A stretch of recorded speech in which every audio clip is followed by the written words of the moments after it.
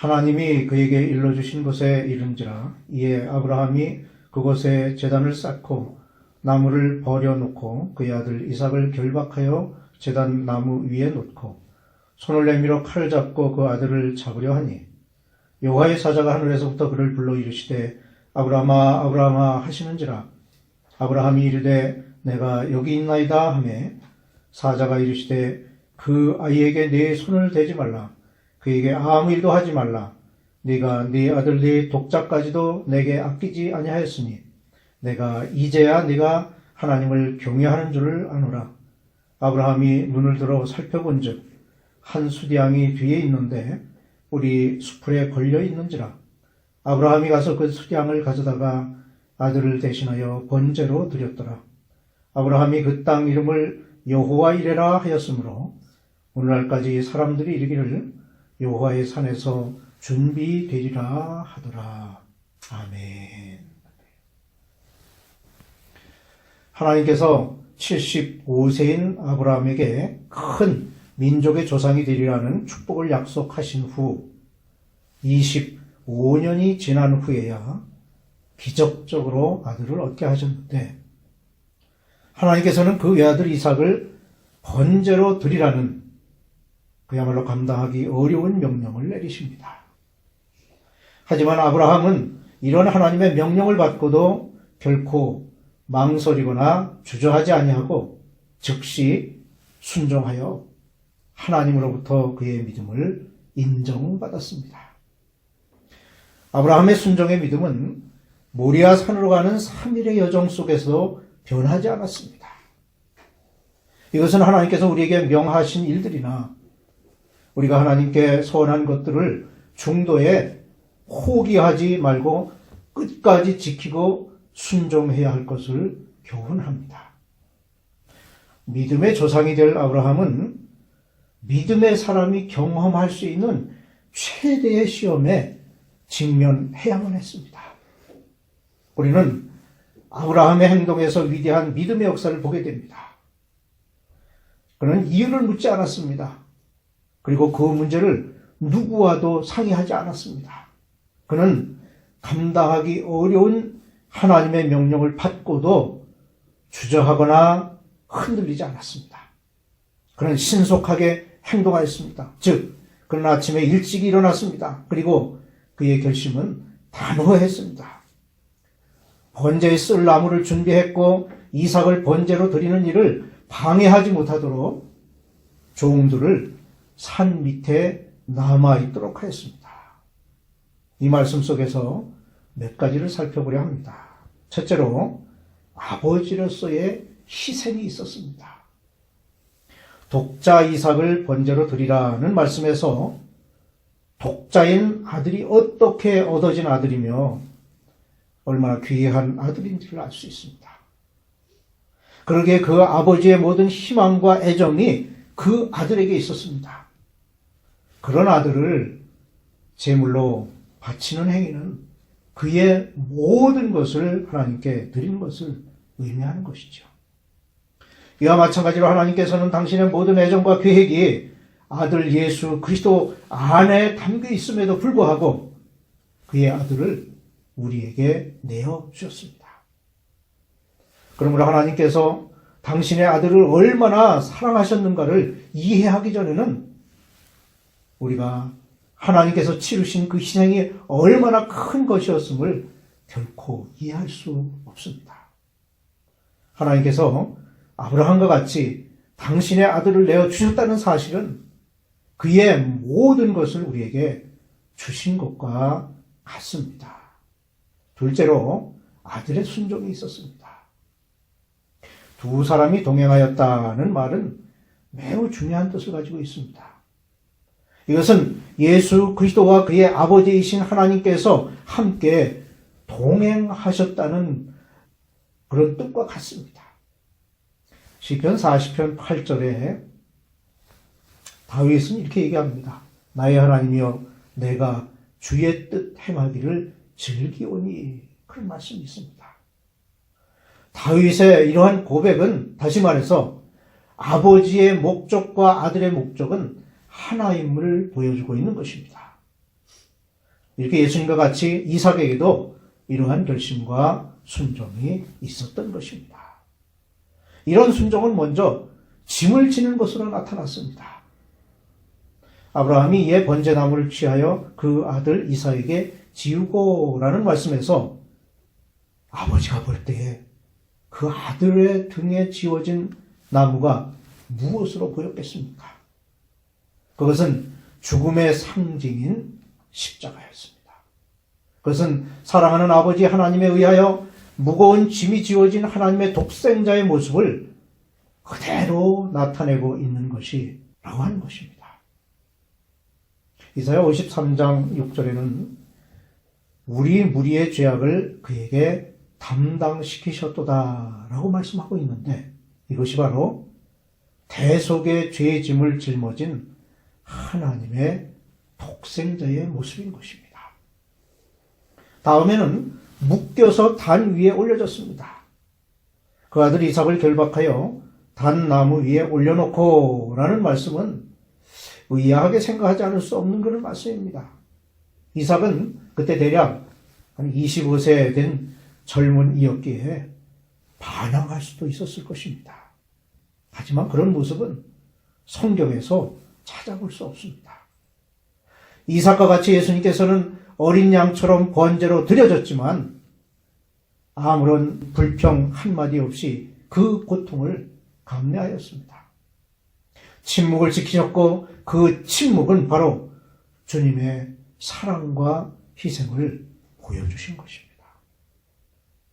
셋째로 희생에 필요한 물건들이 그곳에 있었습니다. 이삭은 자신을 불태우는 데 쓰일 나무를 지고 올라갔습니다. 그러나 우리는 그의 아버지 아브라함의 손에 무엇이 들려져 있었는지를 간과해서는 안 될 것입니다. 첫째, 불이 있었습니다. 아브라함의 손에 불이 들려져 있었습니다. 여기에는 매우 엄숙한 의미가 담겨 있습니다. 우리 하나님은 소멸하는 불이심이라는 히브리서 12장 29절 말씀을 상고하게 되는데, 불은 하나님의 거룩하시고 소멸시키는 품성을 제시하고 있습니다. 둘째, 칼이 손에 있었습니다. 불이 하나님의 소멸하심을 나타내는 것이라면 칼은 하나님의 공의로우심을 상징하는 것입니다. 스가랴 13장 7절에 칼아 깨어서 내 목자 내 짝된 자를 치라는 말씀이 있듯이 칼은 하나님의 공의로우심을 나타냅니다. 그러므로 우리가 하나님께 드리는 모든 제물은 반드시 거룩한 칼과 공의의 불과 관련되어 있음을 알아야 합니다. 셋째, 제단이 있었습니다. 이삭이 제단을 쌓지 않았습니다. 제단을 준비한 것은 아버지 아브라함이었습니다. 아브라함에게 있어서 그 일은 매우 엄숙한 일이었습니다.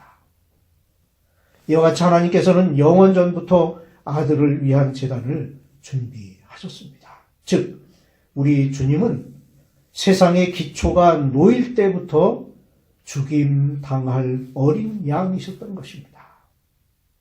넷째, 끈이 있었습니다. 이삭을 묶었던 끈은 그리스도를 십자가에 고정시켰던 대못을 의미합니다. 십자가에 고정시키기 위해서 대못이 사용되었죠.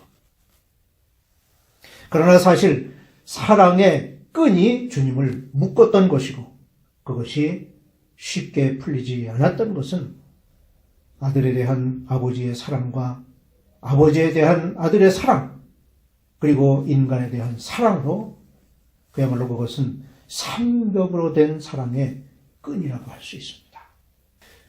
넷째로 대속물의 교훈을 알아야 합니다. 아브라함이 가서 그 수량을 가져다가 아들을 대신하여 번제로 드렸다라는 13절 말씀은 갈보리 산의 위대한 장면을 상징하는 모리아 산 위에서의 모습으로, 그것은 대속물을 의미한 것입니다. 이제 장면이 바뀌었습니다. 숫 양이 번제물이 되고 순종의 사람은 자유롭게 되었습니다. 이제 급박한 상황은 모두 지나갔습니다. 혹독한 시련도 끝났습니다. 아브라함의 신앙은 이제야 비로소 온전한 믿음으로 인정받게 됩니다.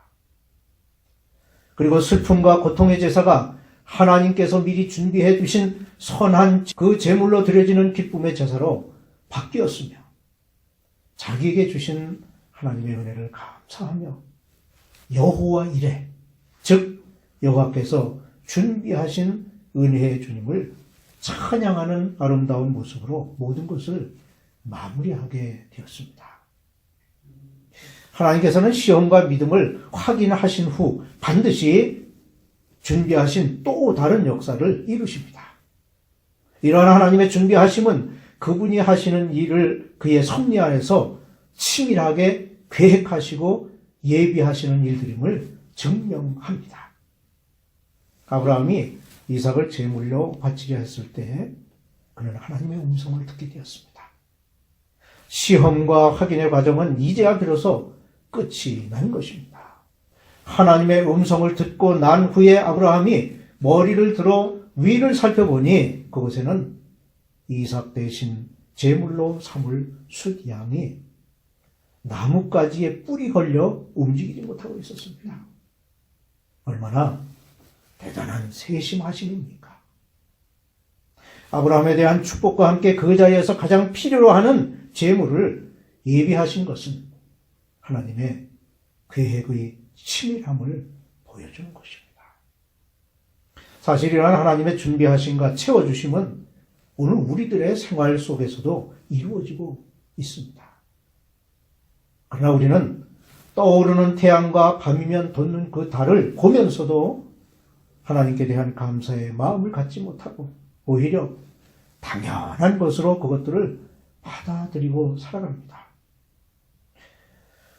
이제 우리는 아무리 사소한 것들이라고 할지라도 그 모두가 우리를 위한 하나님의 준비이심을 알아야 합니다.